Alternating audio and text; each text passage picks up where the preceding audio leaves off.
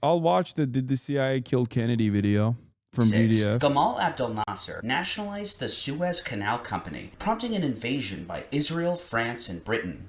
Over in Washington, D.C., a dinner party was being held at Walter Lippmann's house, attended by many of the Washington elite, including CIA Director Allen Dulles. The conversation turned to Nasser when one of the guests jokingly opined, "Allen, can't you find an assassin?" But Allen Dulles responded in all seriousness. While smoking his pipe, he replied, "Well, first you would need a fanatic, a man who'd be willing to kill himself if he were caught, and he couldn't be an outsider. It would be very difficult to find just the right man." What if I told you that Lee Harvey Oswald, the man charged with John F. Kennedy's murder, had no motive to kill him?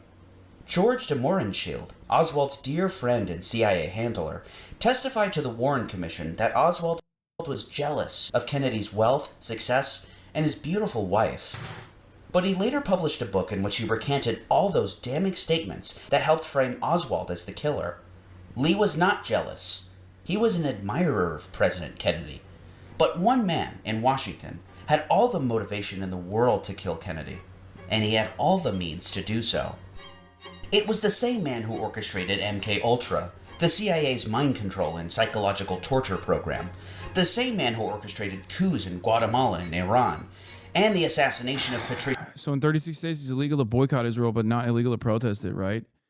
It's not even like directly illegal in the sense that like you will go to jail for it, but in the proper way to address it would be to say, in 36 states in the United States of America, there are numerous legal pathways, legal hurdles presented against developing or implementing a boycott, divestments, and sanctions movement on Israel. Lumumba.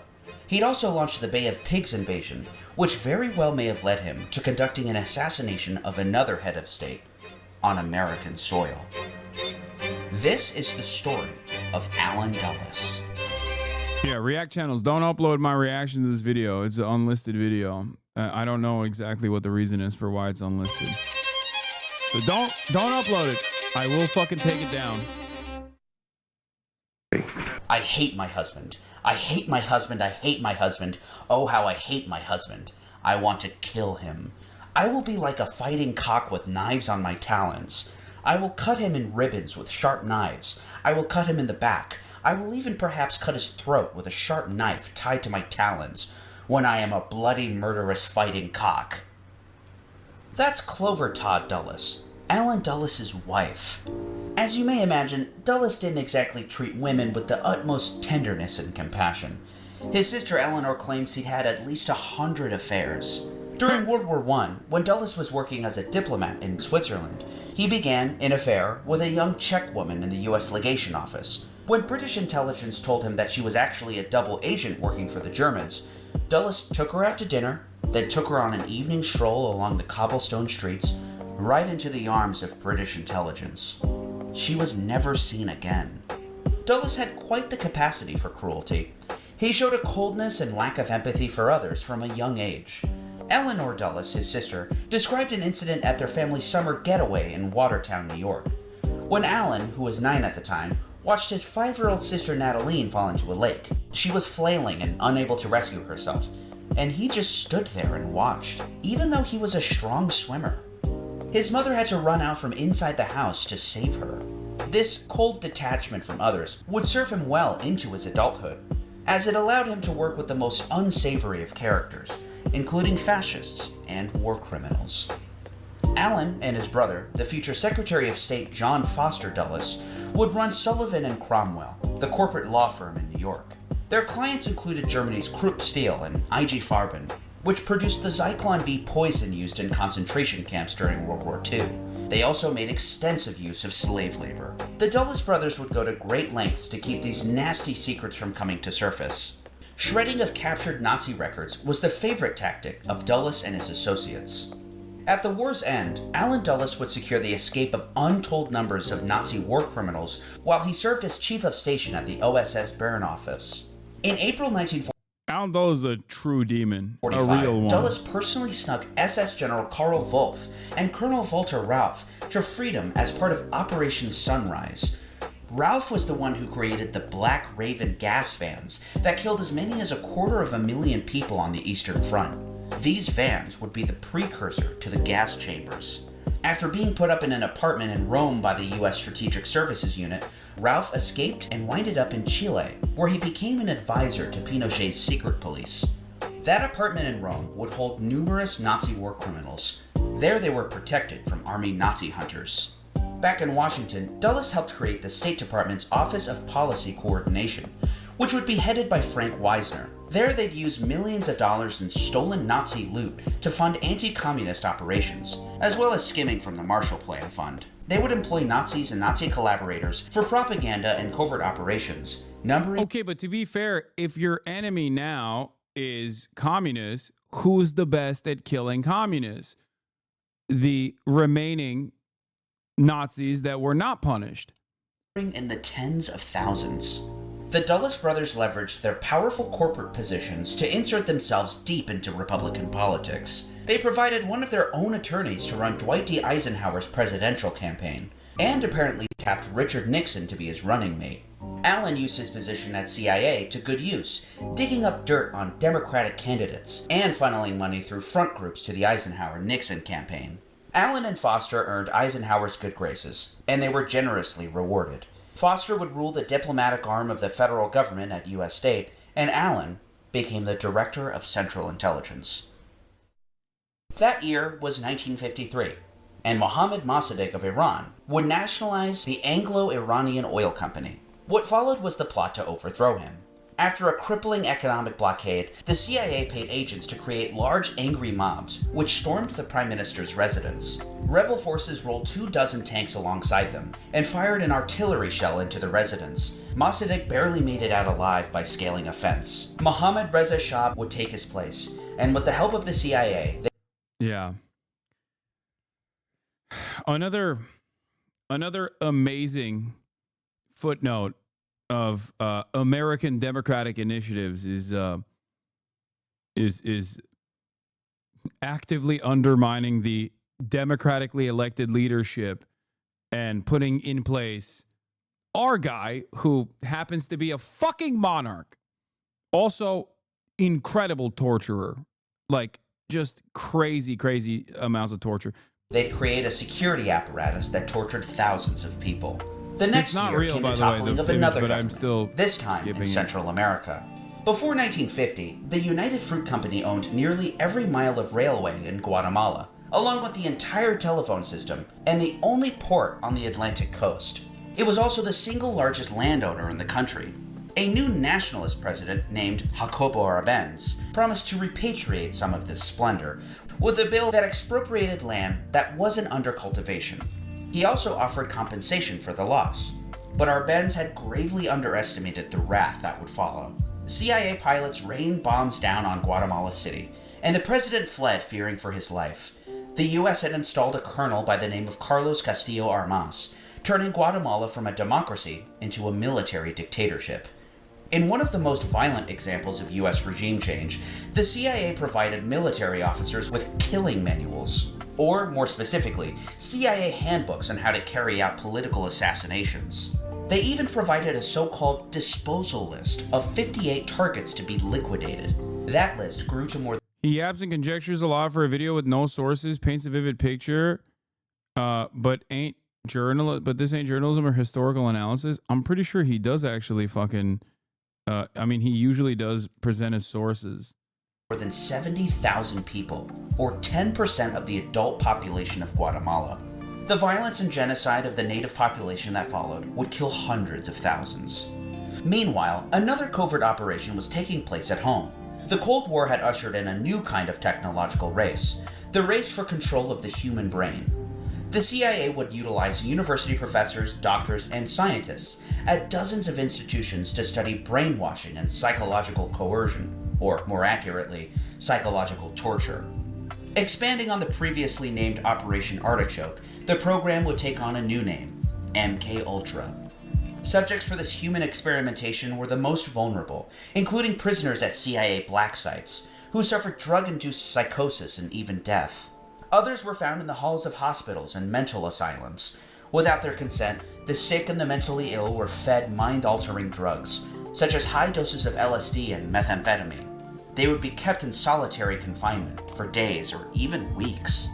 Allen Dulles' depravity knew no bounds, as even his own son wasn't spared. He sanctioned CIA doctors from the MKUltra program to conduct experiments on Allen Dulles Jr., who had suffered a brain injury in the Korean War.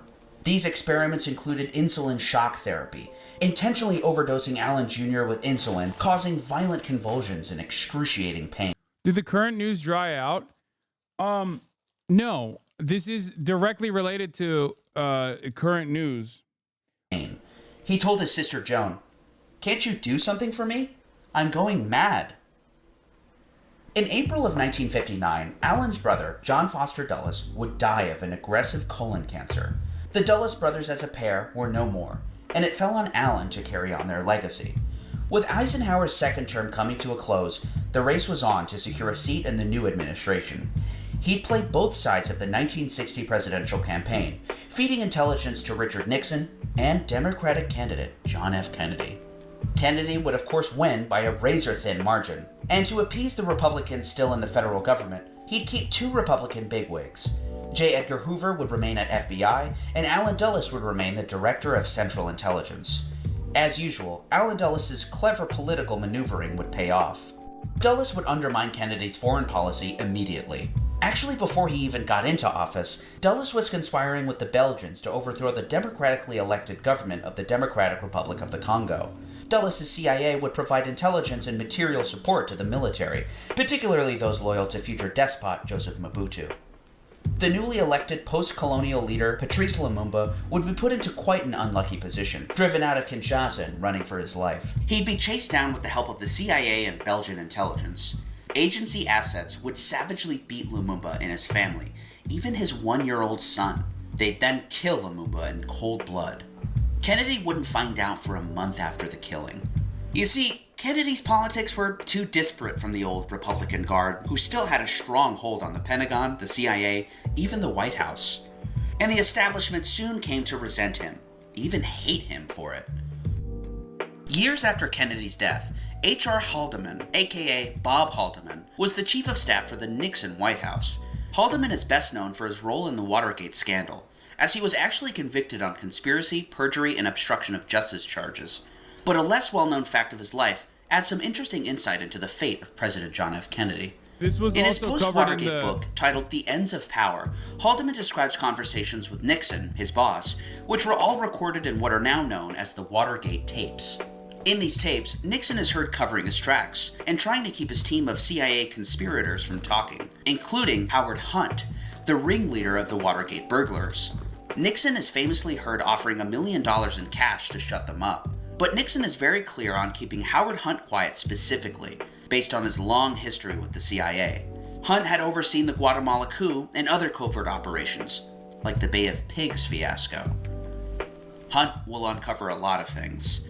You open that scab, there's a hell of a lot of things. This is going to open up that whole Bay of Pigs thing, and it's going to make the CIA look bad. It's going to make Hunt look bad, and is likely to blow the whole Bay of Pigs thing. And we think it would be very unfortunate for the CIA and for the country at this time. Bob Haldeman would later clarify these remarks in his memoir. It seems that in all those references to the Bay of Pigs, he was actually referring to the Kennedy assassination. The Bay of Pigs invasion was launched on April 17, 1961. Over 1,400 CIA-trained Cuban exiles approached the island from the ocean, in what has since been called an extraordinarily disorganized and poorly planned operation. Most of the fighters would be killed or captured, but we now know that the plan was flawed from the beginning, on purpose. The military and CIA wanted to use the failed Bay of Pigs fiasco to usher in a full military invasion of Cuba. The chief of naval operations, Admiral Arleigh Burke, even took the liberty of going... The CIA at the time was wilding out. There was a plan to fucking do a 9/11 in Miami and then blame it on Cuba. They literally had actively a plan to blow up Florida and then blame it on Cuban revolutionaries so they could go to war with Cuba. Like, it is crazy. This is the peak, I would say. Like, around this time was when they were really popping. Behind Kennedy's back to position naval destroyers with Marine battalions off the shores of Cuba, anticipating that U.S. forces might be ordered into Cuba to salvage a botched invasion. They also hoped that Kennedy would assist the plan further with air support. Kennedy said no to all of it. Leaving the work of the CIA to speak for itself, the Bay of Pigs invasion was nothing but a monumental failure that fell right onto Allen Dulles' lap. After the failed invasion, Kennedy went on the attack. Rumors started spreading in the agency that the president was going to commence a reduction in force, codenamed the 701 program. The famous line comes from here when he says, I want to tear the CIA piece by piece and blow it into different directions with the wind or whatever. Roughly 1 in 5 employees would end up being canned. And then there was the man at the top, Allen Dulles, who was forced into retirement. Allen Dulles had been crossed, and this wasn't a man that let anyone get away with that. Kennedy quickly became extraordinarily unpopular. No, hated by the top Republican brass at the Pentagon, the agency, and the White House. Daniel Ellsberg, who later became famous for leaking the Pentagon Papers, describes the atmosphere at the time. There was virtually a coup atmosphere in Pentagon circles. Not that I had the fear that there was about to be a coup. I just thought it was a mood of hatred and rage. The atmosphere was poisonous. Poisonous. It was 2003, and Howard Hunt, the agency man and Watergate conspirator, was essentially on his deathbed. He was 84, and his long-estranged son, St. John, wanted him to open up about his endeavors as a spy before he left this earth. St. John never believed his father's story of where he was on the day of Kennedy's death. Howard had testified to Congress that he was in Washington, but Dorothy, St. John's mother, contradicted that story and told him he was actually in Dallas. After prodding his father for the story for years and writing him a long, pleading letter, Howard finally obliged, and his son flew to South Florida to see him in what would be his last conversations with his father. Hunt explained to his son that in 1963, he had been invited to a clandestine meeting attended by numerous CIA agents connected to the anti-Castro movement. These included future Watergate burglar Frank Sturgis and CIA assassin David Morales. Morales was the chief of operations at the largest CIA station in Miami called JM Wave. They were all gathered to discuss an operation, but it quickly became clear to Hunt that this operation was the assassination of the president. Yeah, okay. According to Hunt, Morales and Sturgis referred to the president's killing as the big event. I mean, look, it lays out, to a certain degree, major reasons as to why the CIA would want to assassinate him, which I understand. But, like, if the pivotal piece of information is a deathbed confession, like, of a secondhand, like a deathbed confession coming from a former guy, not exactly the smoking gun. Well, I don't know enough. Event. Morales told Hunt that he had been picked for the operation by Bill Harvey, a CIA man who oversaw the many assassination plots against Fidel Castro. He'd also serve as chief of station in Rome. According to his Rome deputy, Wyatt, when the news broke about Kennedy's death, Bill Harvey's reaction indicated that he had prior knowledge. Harvey has long been suspected of playing a role in the killing, and according to Wyatt, Harvey traveled to Dallas in November of 1963. The Kennedy assassination would be investigated yet again by the House of Representatives from 1976 to 1978. According to the committee's prosecutor, Dan Hardway, I wouldn't be surprised to learn that Harvey was in Dallas in November 1963. We considered Harvey to be one of our prime suspects from the very start.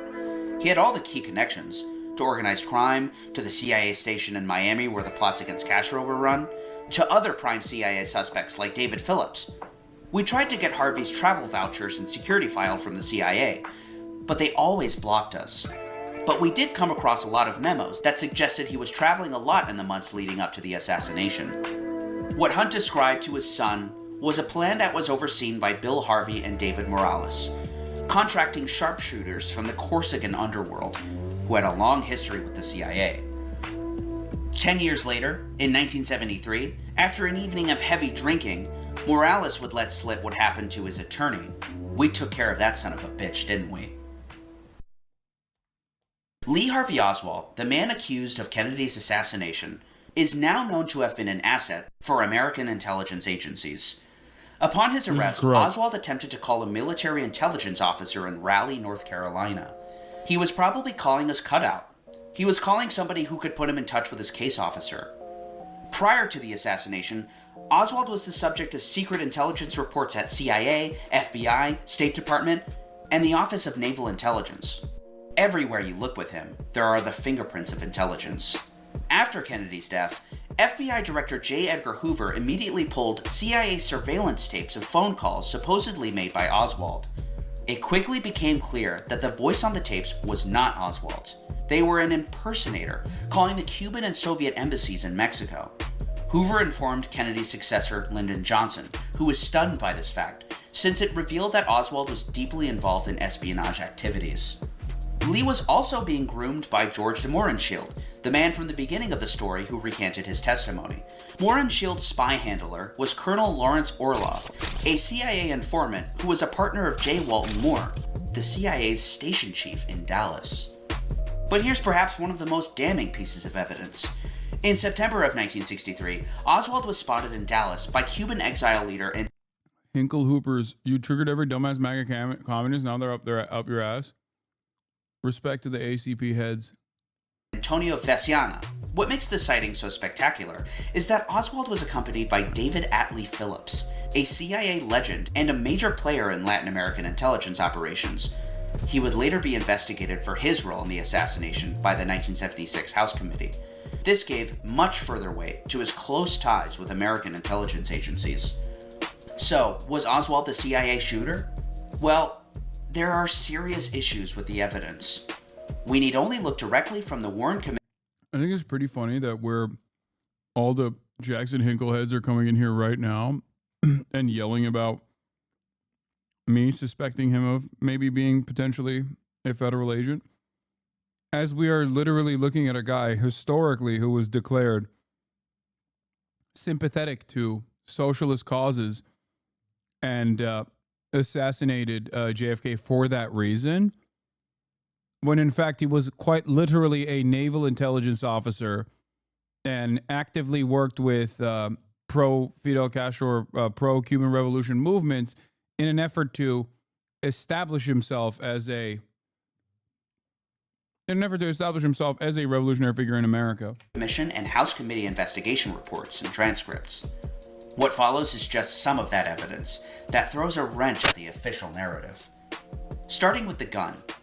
According to the government's firearms expert for the Warren Commission, a gunsmith from Aberdeen Proving Ground, the sight on the rifle was built for a left-handed shooter.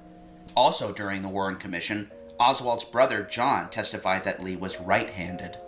The rifle, an Italian Mannlicher Carcano, was also horribly inaccurate. Test firing done by Ronald Simmons, the chief of infantry weapons for the Army, showed it fired high and to the right. Then there was Sebastian Latona, the FBI expert for the Warren Commission. He personally dusted the gun for fingerprints, and, well, here's an exchange with him and assistant counsel Melvin Eisenberg. I was not successful in developing any prints at all on the weapon. I also had one of the firearm examiners dismantle the weapon, and I processed the complete weapon, all parts, everything else, and no... What is a mudfucker? What is that? Is that like some racial term? latent prints of value were developed. Does that include the clip? That included the clip, that included the bolt, it included the underside of the barrel, which is covered by the stock. Were cartridge cases furnished to you at that time? They were, which I processed, and from which I got no prints. Therefore, the net result of your work on Exhibit 139 was that you could not produce an identifiable print? That's correct. After shots were fired at Dealey Plaza, the scene of the crime, dozens of people, including at least 21 Dallas police officers, immediately rushed the so-called grassy knoll, searching for the killer. The grassy knoll at Dealey Plaza stands in front before Kennedy was shot, while the Warren Committee concluded that all shots were fired from the president's rear. Out of 216 witnesses, 52 said they heard shots coming from the grassy knoll, while 48 said the book depository. 37 couldn't tell where the shots came from, and 70 weren't asked at all. An hour after the assassination, Secret Service agent Richard Johnson received the so-called magic bullet, which traveled through Kennedy's throat, from Parkland Hospital head of security O.P. Wright. Wright was previously a Dallas police officer himself, and well-versed in rifle cartridges. He described the bullet as a .30-30 round with a pointed tip. It did not resemble the magic bullet that was shown to him later, the one now held at the National Archives. That one has a flat tip. It wasn't only Wright who didn't recognize this new bullet, but also Secret Service agent Richard Johnson, Secret Service Director James J. Rowley, and the orderly who found the bullet at Parkland Hospital, Darrell Tomlinson. Also at Parkland Hospital were the two surgeons who operated on Kennedy and attempted to save his life. Both surgeons believed that Kennedy had been struck from the front as well as the rear. The bullet that killed him, I think, was fired from the front and hit him in the hairline and then blew out the back of his skull on the right side. And this is where your thinking differs from the Warren Commission report. Yes. They reportedly came under intense pressure to remain quiet about it and wouldn't come forward for nearly 30 years. Dulles would claim that after he heard the news of Kennedy's death, he would head back home to Washington, but his own personal datebook reveals that this was a lie, and he actually spent the entire weekend at Camp Peary, known by CIA case officers as the Farm. The Farm is the location of a secret training base for CIA officers of the Directorate of Operations, the clandestine service of the agency. Here, recruits are trained in espionage before they're sent overseas. From November 22nd through the 24th, Dulles, the now retired spy chief, would set up a base of operations there. This highly eventful weekend would see the arrest of Oswald, his questioning by Dallas police, the return of Kennedy's body to Washington, and the return of his limousine, where Secret Service agents dumped water into the bloodstains in the upholstery, completely destroying the evidence. Oswald would also be murdered over the weekend. Future CIA Director Richard Helms would personally persuade President Johnson to appoint Dulles to the Warren Commission. He wanted to make sure no agency secrets came out during the investigation. And of course, if Dulles was on the commission, that would ensure the agency would be safe. Johnson felt the same way. He didn't want the investigation to dig up anything strange. Over the course of the investigations, Dulles would write novelist Rebecca West, struggling to come up with a motive for Oswald. I wish sometime you would sit down and write me a line as to why you think Lee Oswald did the dastardly deed. All I can tell you is that there is not one iota of evidence that he had any personal vindictiveness against the man Kennedy. 3 years after the Warren Commission ended, 2/3 of Americans polled did not agree with its outcome, which said that Lee Harvey Oswald acted alone. At the end of 1969, Allen Dulles came down with a bad case of the flu, which was so severe that it left him bedridden. By Christmas Eve, Dulles would be in Georgetown University Hospital. The infection had spread to his chest and turned into pneumonia. A month later, on January 29, 1969, Allen Dulles finally passed away due to complications from his illness. He lived to be 75 years old. So, who do you think killed Kennedy? Let me know in the comments. Thanks for watching, everyone, and a special thank you to my patrons. Plenty more videos on the way. Be sure to subscribe so you don't miss out. Thanks, everyone. Bro, I don't know. Okay? I don't know. I still think it's sus. If you are still here, please help us grow and subscribe for daily Reacts videos.